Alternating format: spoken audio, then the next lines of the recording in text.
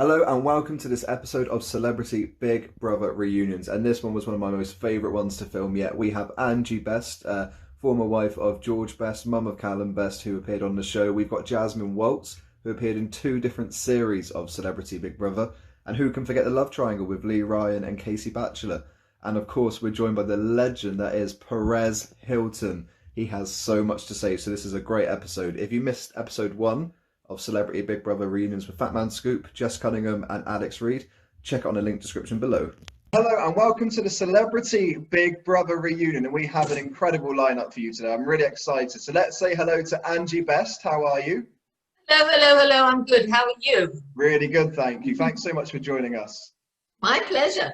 And we've got Jasmine Waltz, who's done this show twice, so we're going to have a lot to talk about. The craziest one in here, apparently.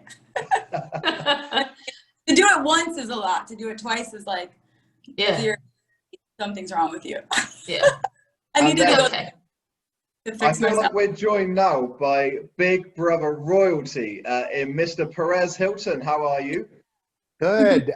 You know, I got asked to do it the second time, and I said I would for more money.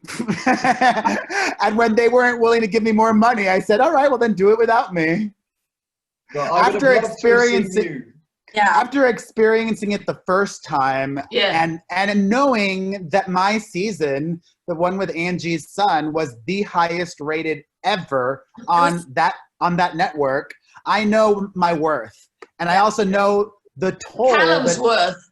yes, I know that the toll that took on me. Yeah. You know, I made the huge mistake of never watching Celebrity Big Brother before I agreed to do it. I didn't do Me it too. either. Me Yes. too. Yeah. And a lot of Brits think that when Americans say that they're lying. No. All I did was read on Wikipedia the tasks. I'm like, oh, that sounds so, I can do that. That's a piece of cake. And then I watched some clips. But Yes. watching some clips on YouTube is so different than actually No. watching an entire season or multiple seasons of it. And then having to live it, watching Yes. clips and then having to actually live it. What I loved the most was I had never watched the show and I didn't know what to do. And nobody tells you what to do. So in the mornings I'd wake up and I'd look across and all the girls would be sitting up in bed with their makeup things. Now they hadn't started filming yet. So they were all putting their makeup on.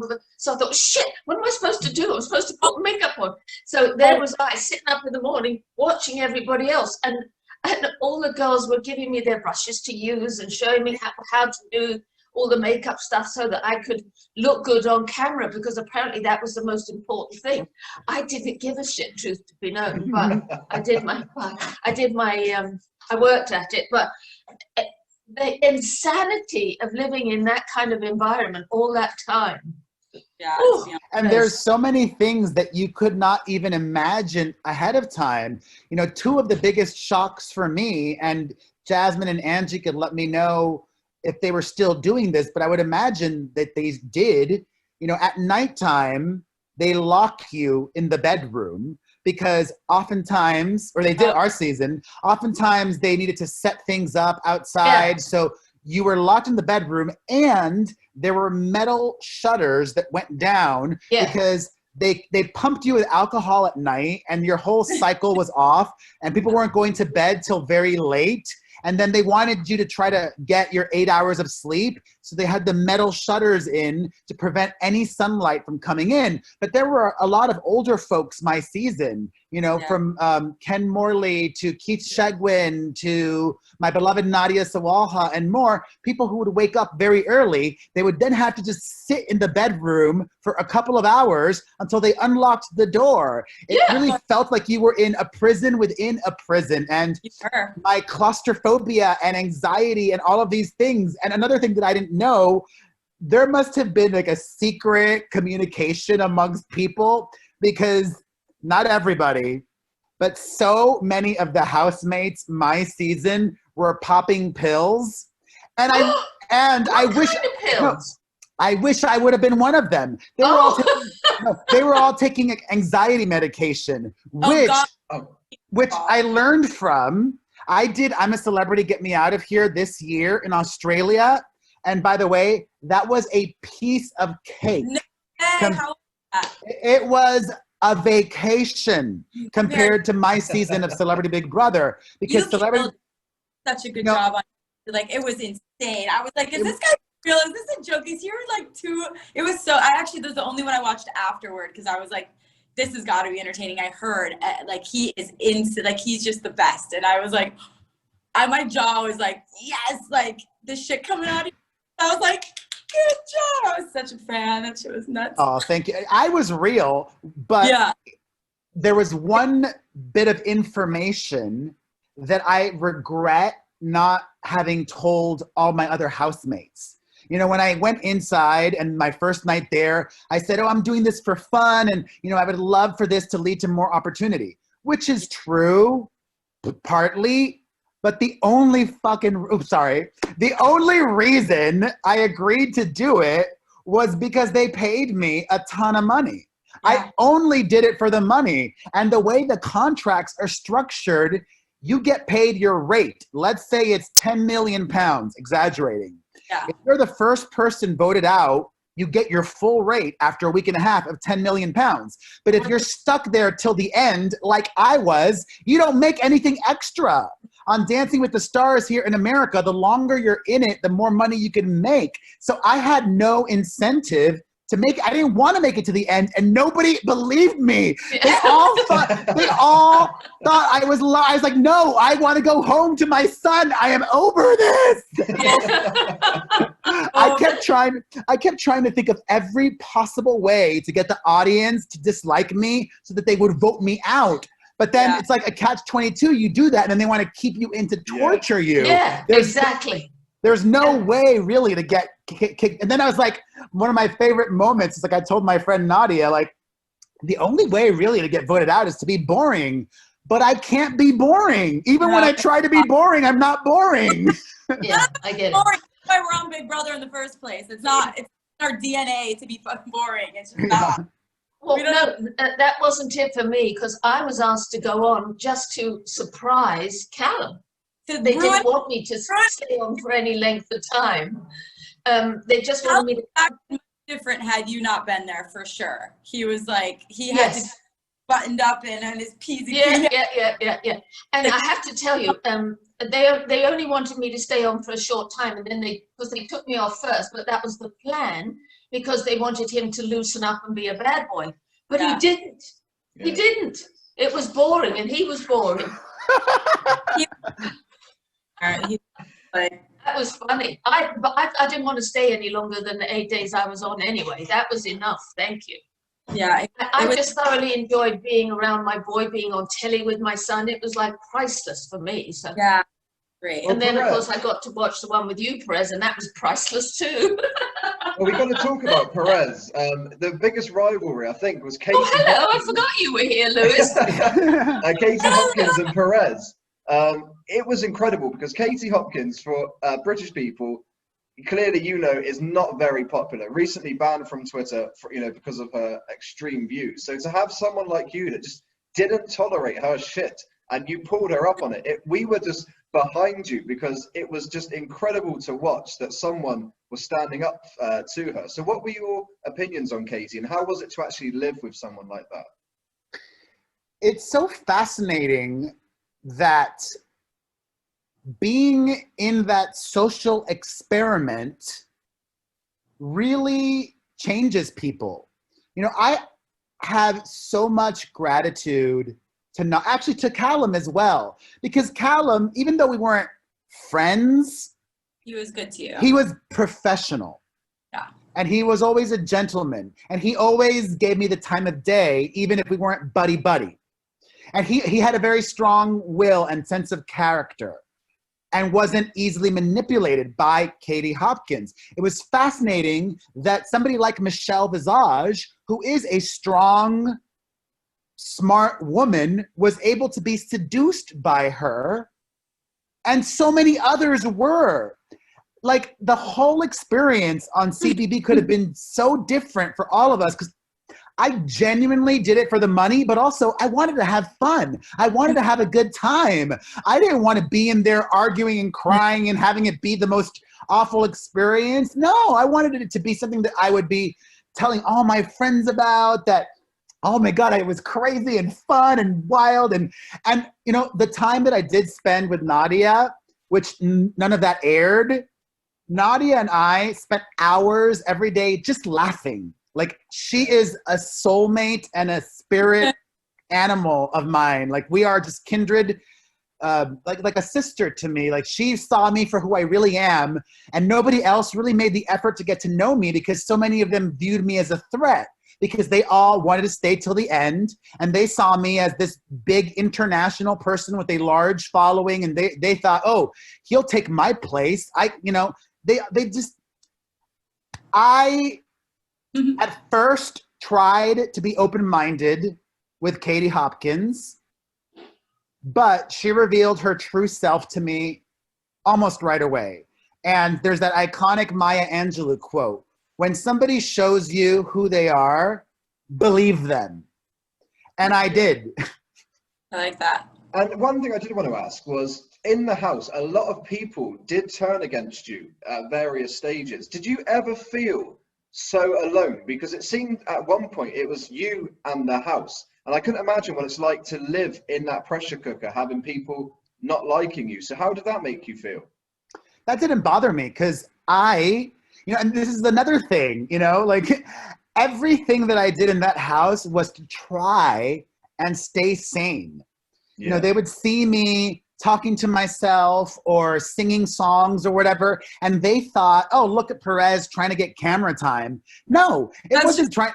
It wasn't trying to get camera time. It was, I didn't want to be with any of you nasty mofos, so I'm going to be by myself, and I'm going to keep myself entertained. And also, another fascinating thing was, as time went on in this social experiment, I kept on regressing and regressing, and I ended up the last few days there like a child. Like, I was actually doing arts and crafts projects. I'm very clever and creative in some ways. You know, the house was sponsored, so there was all makeup and nail polish and all of these things littered throughout the house. I was getting all of that. I started to draw on aluminum foil. I would get the scissors and just make art projects and do all of those things. And one of my most pleasurable experiences in the house was when I was put in isolation in that room by myself for 2 days. That felt like a vacation to me as well, because I got to drink and eat and just not be around, you know, people that I knew hated me. Yeah. Yeah, that was difficult. That was a tough one for me too, because some of the ladies in there when I was in weren't very, I mean, they were young, beautiful women. I was a mother, an old lady who's somebody's mum. And I felt a bit lonely with those women, because they kind of gang up on you and put you to one side. And they weren't sweet and nice and chatty and wanted to have fun. You were, Jasmine, but those other girls weren't. They were nasty bitches. Hi, Angie. You and me did yoga every day. She was like my favorite person in there. I was like, I loved it. We had fun. It was nice. Angie, what was it like to live with Jedward?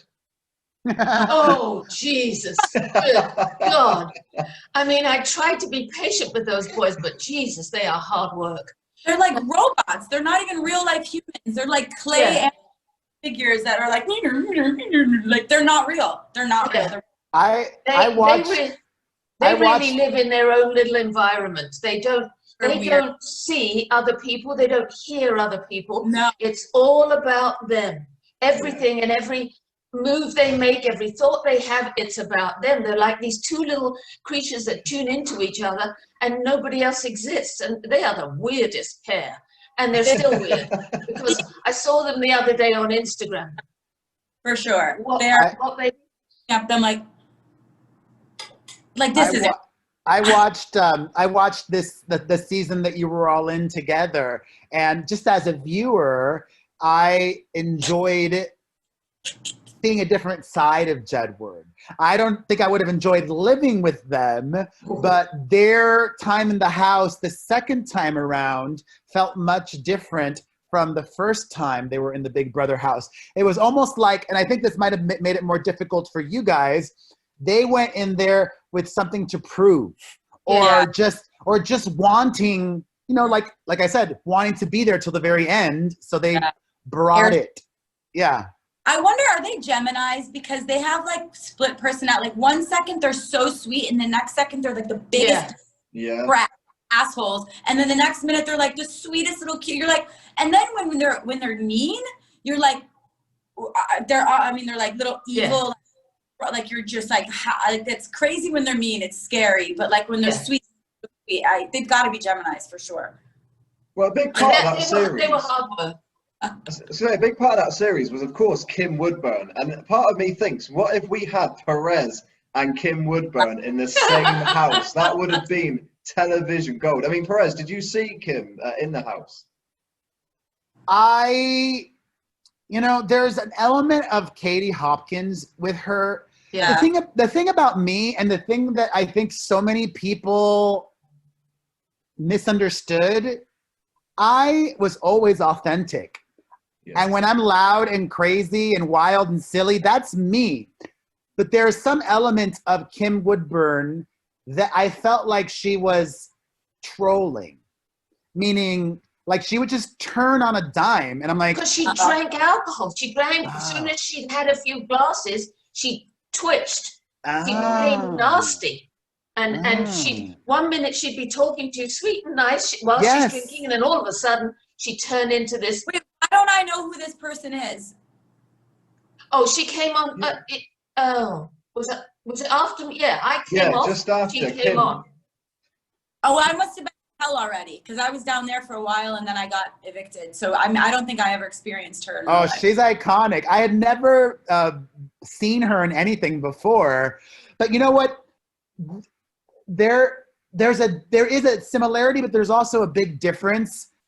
As a viewer, I didn't live with her, but as a viewer, while she was crazy, there was something likable about Kim Woodburn that Katie Hopkins did not possess. Right. And also, I have a huge heart, and I could tell that she's been through a lot in her life, and I had a lot of empathy for all of her struggles and the things that she's been through. Well, yeah, that's all very nice, and I can understand that. But when somebody turns so venomous, and then she would spurt out stuff that she didn't even think about. I don't think she actually knew what she was saying, because the stuff she spurted out was so venomous and so spiteful that only somebody who was drunk and just wanted to be angry could do that. I never ended up watching the rest of the series after I got evicted. I went on to film that movie in Mobile, Alabama from London, which was like such a... I remember that, yeah. So and I was working like nonstop, like 15-hour days. I never got a chance to even watch the rest of the series. And it's so hard in States to actually even watch anything from there. You have to like download like a third-party app. It's like kind of a nightmare. So maybe I should like go back and revisit that and watch her. No. Yeah, I'm sure you've got far better things to do. Well, Jasmine, let's go back to your first time entering the house, because of course you were involved in such a big storyline. Essentially, it was in all the magazine papers, which was in a way the love triangle with yourself, Lee, and Casey. So how did you find that experience? Because you were in there, you got on really well with Lee, and I always remember you re-entering the house, and it was one of those moments where I went nuts as a fan of the show, and I remember Twitter was going nuts for you because you went in there with such elegance and just like sophisticated. Like action, like video. It was like right when you go to YouTube.com, it was like the first thing to come up because so many people. It was like real life soap opera shit. It was hilarious, and I was actually like, you get so consumed with that world, and there's nothing else in the world exists, and it's weird that actually happens. But they do such a brilliant job at making sure that happens. And that you are so consumed with it. So I was actually upset, like, and I had such a good time with them, but then I was like, okay, I'm going to go back on here and, stir shit up. So I just thought, what can I, you want to just try to like rearrange everybody's thoughts and emotions really quick, because you only have like an hour to be in there and then you got to leave again. So, but I had a lot more fun on the first round than I did the second one. The second one I was sick, I was miserable, I was over it. people were mean. I had Stacy on there. It was just a complete asshole. I was just like, get me, I'm done with this. I'm so over it. But the first time I had such a good time, I actually ended up slipping my disc, which I don't even know if anyone knows, in one of the tasks. So they took me to the hospital during the filming, and I came back, and the night I got evicted, I guess, was because for liability reasons, they couldn't keep me on the show. So I was evicted for that. And that's why I think they kept bringing me back, back in. They kind of felt bad, but I was doped up on so many colors. And yeah. I had to go to the hospital secretly as well during the show. No way. Really? Yeah. They made us do an eating challenge. And I believe Callum did it as well. It was me, Callum, and Katie Price. And we had to eat the most vile things and really hot. And then, I had like my stomach felt like it was just going to explode and tearing up. And I had all sorts of problems. And then I saw that my stool was red and I started freaking out. I'm like, am I bleeding from my butthole? Like, what's going on? So when they heard that, they had to take me to the hospital to get it checked out. And it turns out that if you take too much Pepto-Bismol, it could change the color of your stool. Oh. So that's why. And I was taking a lot of Pepto-Bismol. Yeah. Wow. Angie, one thing I always remember was you going into the house because you looked incredible. I loved your outfit, but it was Callum was in a different room, and it took him so long to realise that his mum was going into Big Brother. He was going, wait, is that my mum? He had his mouth open. He was like, that's my mum. I was sitting there. He goes, oh shit. And I look and I'm like, what? He's like, that's my fucking mom. I was like, oh. That was brilliant. I loved it. And the great thing about you in the house was you brought something different because the housemates loved you. You were almost like the spiritual person. You were getting everyone exercising. I mean, some people didn't like it. It wasn't for them, but you did do your best to get everyone up and do exercise. How did you find it being in such a small place? Because you seem like someone that's always active and doing something. Oh no, that I didn't mind because I can sit on my ass and be lazy just like anybody else. I'm fine with that. I think the hardest bit was I got into trouble. I got slaughtered for saying to Nolan, what was her name? The Nolan lady. Colleen. Oh no, one of the Nolan sisters. Was it no? Yeah, one Colleen, of the Nolan Colleen sisters. Nolan? Who? Colleen. Colleen. Well, see, in the morning, Colleen would get up, she'd get a cup of coffee, a piece of toast and a cigarette, and she'd go sit, drink the coffee, smoke the cigarette, and bite the toast every single morning. And she's like, and she did, yeah. And she didn't want to do anything, nothing all day long except smoke cigarettes and drink coffee. So I went over to her and I said, Colleen, you're a beautiful woman. You're strong, you're successful. I said, while you're here, why don't we make an effort to maybe not smoke so many cigarettes, drink coffee, and eat toast for breakfast? Let's go healthy.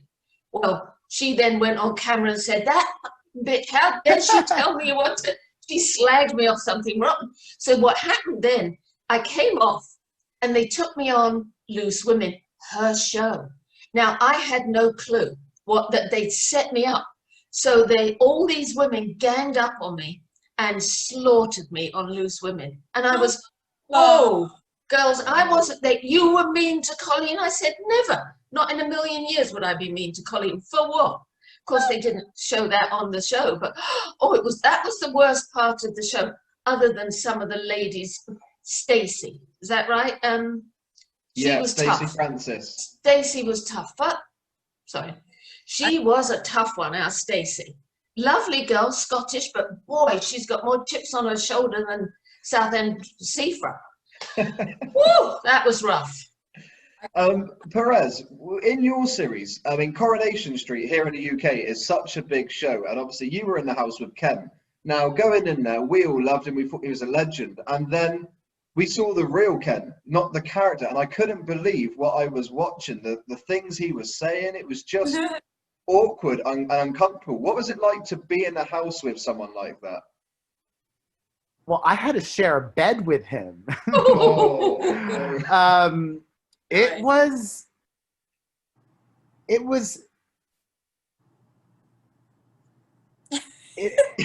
well, because Perez speechless. That's a first. It was almost like Amanda Bynes. You know, Amanda Bynes, it used to be a friend of mine, and over the last few years, she's struggled a lot with her mental health issues. But when we were friends, she was totally normal. Absolutely normal. That's why when she started struggling publicly with these mental health issues, and at first I thought, and I think many other people thought, oh, it's just drugs. She's just partying too much. But then it became apparent that, oh, it's probably not just drugs. There's probably something else happening here. The same thing with Ken. The first few days, oh, totally normal old guy, nothing weird. And then he started getting crazier and crazier and crazier. And I'm like, what the hell is going on? Like, it almost seems like a lot of these people, like you know, when Angie was mentioning Kim Woodburn, like, is he doing this on purpose? But the things that he was saying about Black people, about, you know, women, about everybody, like, I just, that's not the kind of thing you say that you just to get airtime. Like, that could potentially permanently damage your career.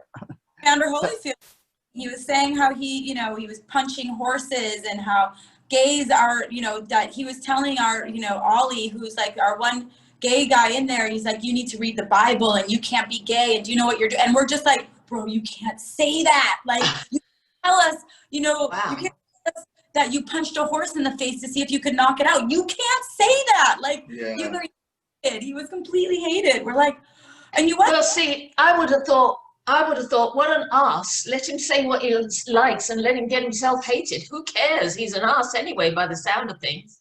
People break. I mean, we saw like Ray J was just really over it. We saw the other guy who broke his sobriety after 10 years. Like, things, it breaks you. Like, it really does some weird side to you.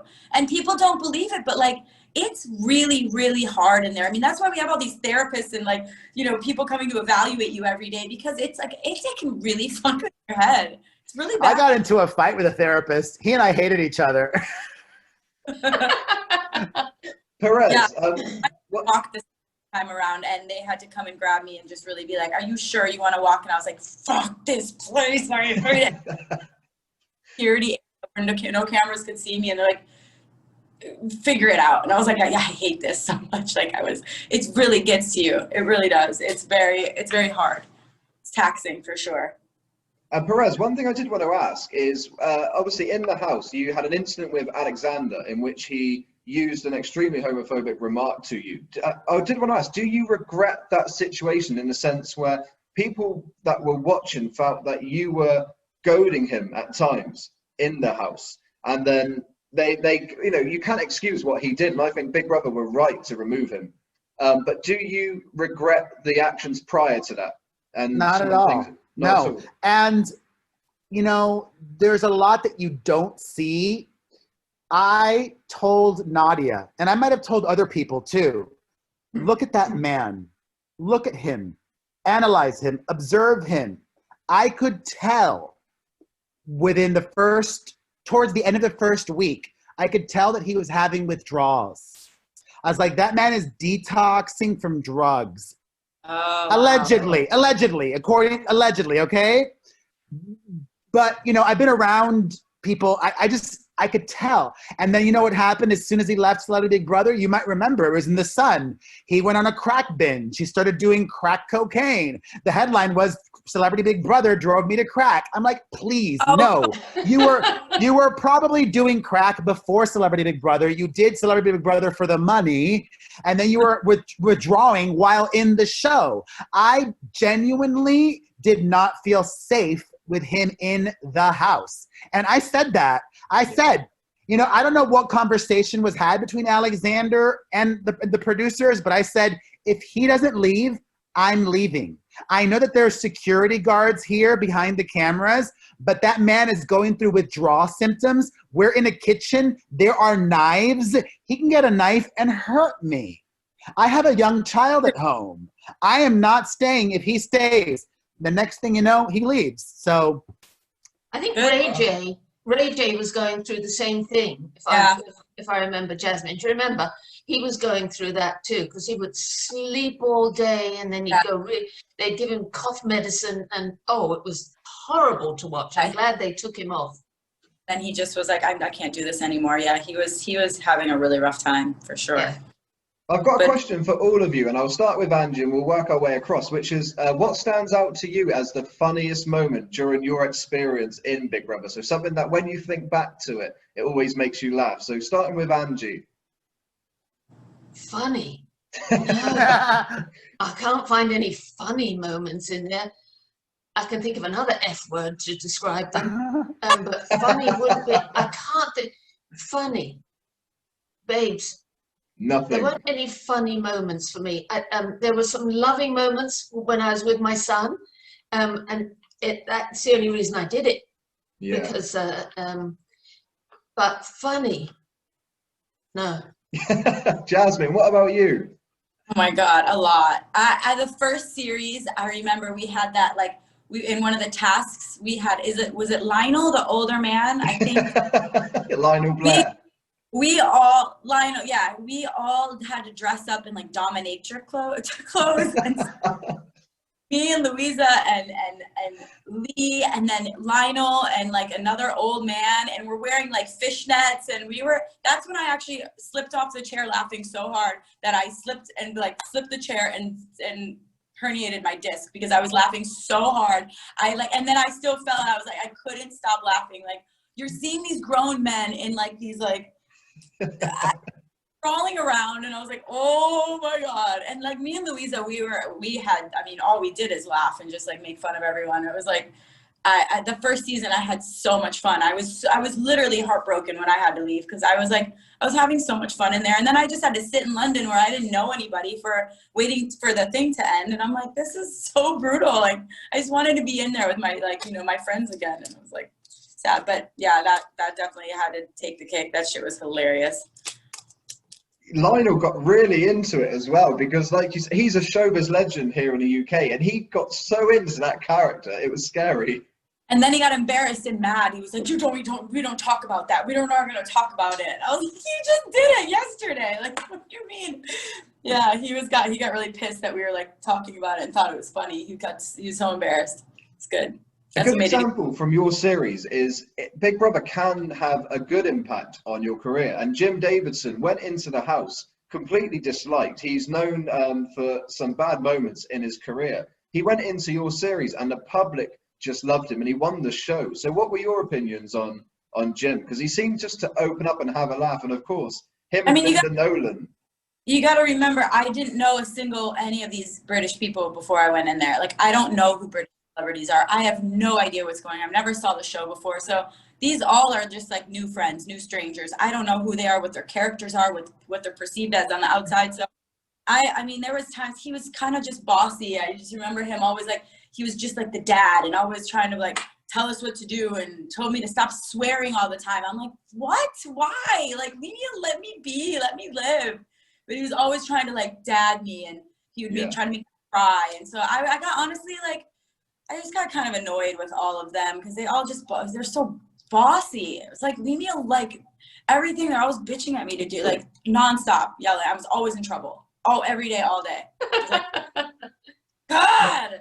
Perez, what about you? What stands out as a funny moment that you can always remember? Because watching you in the house, I mean, even your best bits I still watch on YouTube. You were just worth every penny those producers paid you. You were incredible. Thank you. I actually had a lot of really funny memories and moments. Some that included the whole group, dancing or when I would dress up. But my most funny memories were with Nadia. I remember once I found an old ticket stub in my jeans that was still there for when I went to go see a show. And I said, oh my God, Nadia, contraband. And I pulled out the ticket stub and I started reading it and reading the fine print in the back. And then because we had reading material in this old ticket stub, I got called to the diary room and I had to turn over my old ticket stub. Oh no. I know. But yeah, you get so starved for stimulation. Like after that moment, and like Nadia and I, we were laughing, we were crying, we were in tears laughing so hard while reading my ticket stub that then every once in a while I would go into the pantry and just start reading things on the boxes. I'm like, oh, fascinating, yes, because it just kills time. You know, that's also like why I loved washing dishes. I volunteered to clean. I did all of that because it kills time. You do something. It was a lot of still stagnant time that you're just sitting there like. Yeah, that was fighting with people because you're obviously like, you got to do something, and then you spark conversation, and then someone hears you say something they don't like, and then it's so intentional too. It's great, especially with the tasks. They really try to put you against each other. Yeah, I used to go into a different room. I can't remember the name of the room, because I wanted to meditate because I couldn't bear just sitting there doing absolutely nothing. And so the first time I did it, I went and sat in my room and I thought, oh God, peace and quiet. And I just sat there and thought, okay, take me away. And in comes one of Jedward. They actually came in there and sat there. The turnip that he was, bless him. They're sweet boys, but oh God, such pains.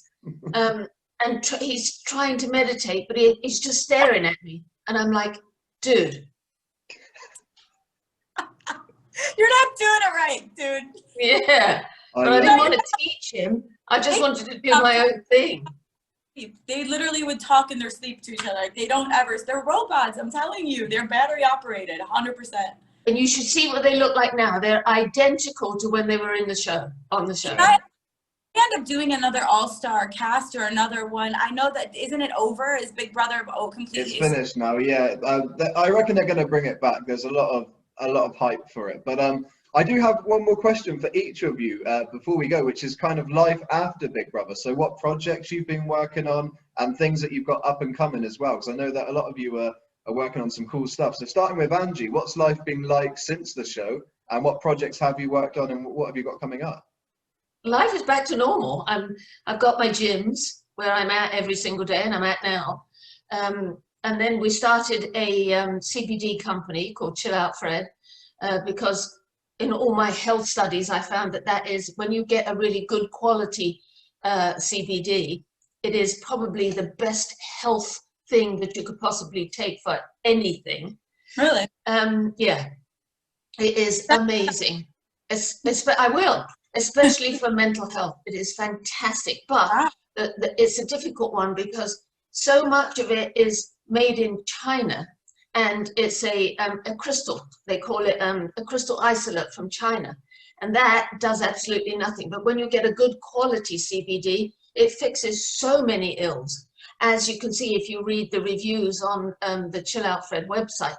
So that we've been working really hard on, and that's it. Just living life, playing tennis, got my horse, and making my crystal jewelry.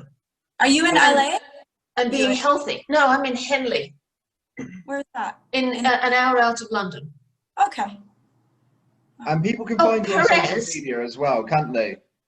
What, baby? People can find you on social media. So where can people find, like, especially your CBD products? Because I've seen them all on Instagram. So if people want to, find a trusted one, where can they find it to? On Instagram, Chill Out Fred, at Chill Out Fred, on Facebook. And it has its own website. But Perez, I wanted to ask you, what was the name of those crystal twosome, the boy and the man and woman who she found out she was pregnant on the show? Oh, Spencer Pratt and Heidi Montag. Ah, that's them, yeah. Spidey, yeah. It was so weird because I remember he said to me as I was walking out the door one time, he said, you've got an agenda, and I thought, oh, what's my agenda? Because I had no agenda going in. I just wanted to go in and hang out with my son and have fun. And he saw me as a threat, and I didn't understand any of that, because threat for what? What was I going to do? Murder you in your sleep, you dozy item? And I never forget thinking, wow, how sad that you have to think that way. How sad that you have to be that way. You can't just enjoy somebody for who they are. You've got to worry about what they're doing, and are they a threat? I never liked any of that. And because of that, I think they all shied away from me a bit and left me alone, which was fine. But anyway, sorry, Lewis, sorry. Your question is... They are hard work, that's for sure. Yes. What about you? What's life been like since Big Brother, and what have you been working on? And have you got anything coming up in the coming months? I didn't hear you. Is that for Perez or me? For you. Me, hi. I mean, honestly, I've been moving so much this last year. To move from LA to New York to Miami, that's so much.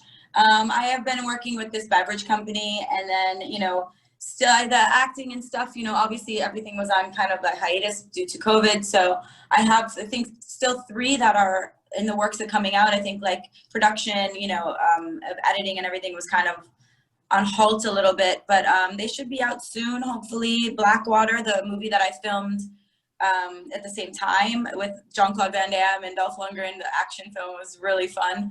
That came out last year, so that one's pretty cool. I mean, it's just kind of like a bucket list thing, to do something like that. Yeah, and so I think now I'm happy, I'm settled, I'm in Miami, which makes me super happy. I'm right on the beach, right on the water. I'm like so happy. I think I'll get back into, when things pick up a little bit, get back into, the whole swing of acting and things like that. I'm trying to avoid the OnlyFans and all those things, but things like that are hard. I really don't even engage with social media that much anymore. I mean, I try, but it's like you guys have already seen my selfies. You already know what it's. I don't even know what I don't know what content to even do anymore. It gets so boring. But yeah, I mean, I think I just have to kind of wait until things pick up again, and real life gets situated to kind of see where my place will be again, But entertainment always. can't shy away from it too long. One thing I do want to so beautiful. Say, I was going to say one thing to look at. I wanted to say as a viewer from the show is when you went in, I know you got a hard time from the crowd, but you came across so well and you were so genuine in there. I loved the way that you turned the public's perception of you, because when you came out, people realized that you were this nice, genuine person, and that was the nice thing. You went into booths but came out to much more cheers. Yeah, and it's kind of funny because they really aired it. I mean, if you would have been inside with me like Angie was, I was 99% nice, and then the one time I'm calling someone a bitch, that obviously they're gonna air that. So the editing did not make me look good. It made me definitely made me look bad. But I think with everyone in there, we were all getting along so well. And I mean, I don't really shy away. I'm authentically me all the time. I never really, you're getting, unless I have a couple drinks, then you're getting that version. But that's just a wild one. Frying my mic, and that was pretty funny too. I forgot that part. I was so fed up with them that I just decided I'm going to throw my mic in the frying pan and fry it. And they got, I remember that. What are you going to do? I love that. Perez, I mean, I'm one of your over 5 million Twitter followers, and anyone who follows you know that you are always busy. You're literally like a workaholic. So tell us what life's been like since Big Brother, and what have you been working on? Because I know you've got lots of stuff coming up as well. Well, I've been very busy since Celebrity Big Brother. I now have 3 young children total. So that's what I'm proudest of and what drains me of every ounce of energy. I subside on coffee and very little sleep, but I couldn't be happier. Also, I'm a Celeb, Get Me Out of Here, Australia earlier this year, but I only lasted 8 days. So I would love to do the British version and hopefully redeem myself, as they say, and last longer. Although, in the spirit, I love being transparent. It's who I am. I love being honest. The reason I did the Australian show is because the British show has passed on me every year for the last 4 years because I did Celebrity Big Brother. Oh, same, wow. Same with Charlotte Crosby. Charlotte ended up doing the Australian version of the show this year with me because she had done and won Celebrity Big Brother. So I'm a Celeb didn't want her either, which is a shame because while Charlotte and I did not get along, I acknowledge that she was great television and she was great on the show.